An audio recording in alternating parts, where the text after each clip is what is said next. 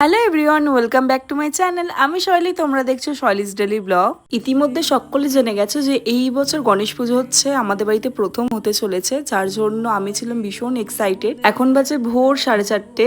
প্রতিদিন ভোর 5:30টার দিকে বাবা ওঠে, কিন্তু তারও আগে আজকে আমি উঠে পড়ে স্নান টান করে চলে এসেছিলাম ঠাকুর ঘরে। তারপরে মার বাবা দুজনেই ঘুম থেকে উঠে পড়ে। আর আজ আমি নিজের হাতে বানাবো গণেশ ঠাকুরের অন্যতম এক প্রিয় লাড্ডু, সেটা হলো বেসনের লাড্ডু। আর এখানে যে ঘিয়ের শিশিটা দেখলে প্রায় 8 শিশ ঘি দিয়ে ফেলেছিলাম, যার জন্য এটা ভীষণ লিকুইডই হয়ে গেছিল। আর আমি এর আগে কখনো করিনি, তাই অজান্তেই করে ফেলেছিলাম। তারপর মা তো আছেই, সব ঠিক করে দিয়েছে। আর আজকে শুধু আমি বেসনের লাড্ডুটাই করেছিলাম, বাদ বাকি নাড়ু সুজি সব কিছুই কিন্তু মাই করেছিল একার হাতে।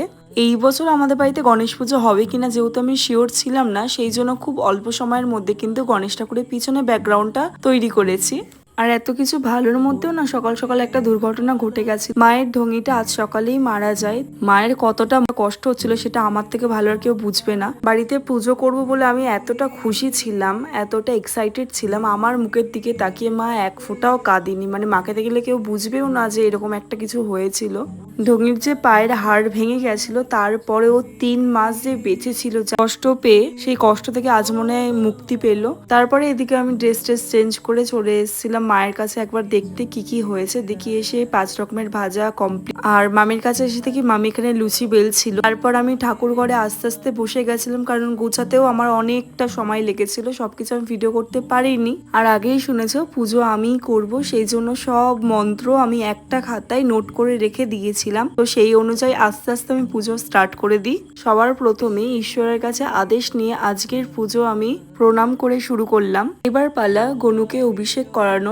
ঘি মধু দুধ দইয়ের পর গঙ্গা জলে লাল চন্দন আতপ চাল দুব্বা এবং ফুল দিয়ে অভিষেক করালাম। তারপর ভালো করে গা পচিয়ে নতুন জামায় গনুকে ওর সিংহাসনে বসিয়ে দিলাম। আর এদিকে পাগড়ি পরানোর আগে পৈতে আর 2 রকমের মালা দিয়ে তারপর পাগড়িটা পরিয়ে দিলাম। আর আমি যেহেতু ঘট স্থাপন করব, সেই জন্য প্রথমে আতপ চাল দিয়ে সেটি অষ্টদল কমল করে নিলাম। আর এদিকে ঘট পাতার আগে ঘটের নিচে লাল চন্দন ফুল দুব্বা দিয়ে তারপরে ঘট স্থাপন করলাম। ঘটে 5টা বস্তু দেওয়ার পর আমপল্লবের ওপর বেলপাতা পানপাতা হর্তকি এবং আতপ চাল দিয়ে তার ওপর দিয়ে চেরি কাপড় এবং চাঁদমালা দিয়ে নিষ্ঠা ভরে পুজো করলাম। গণেশ ঠাকুরের 2 বউ ঋদ্ধি এবং সিদ্ধিকে কিন্তু গণেশ ঠাকুরের ডান এবং বাম দিক পানপাতার উপরে হলুদ সুপুরি দিয়ে প্রতিষ্ঠান করেছিলাম।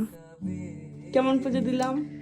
খুব ভালো দিয়েছে, খুশি তুমি? খুব খুশি, খুব খুশি। হুট করে বায়না করলাম গণেশ পুজো করব। সন্ধ্যাবেলা সোনারপুর বাজার থেকে যে সব বাজার করে নিয়ে আসলাম। সকাল থেকে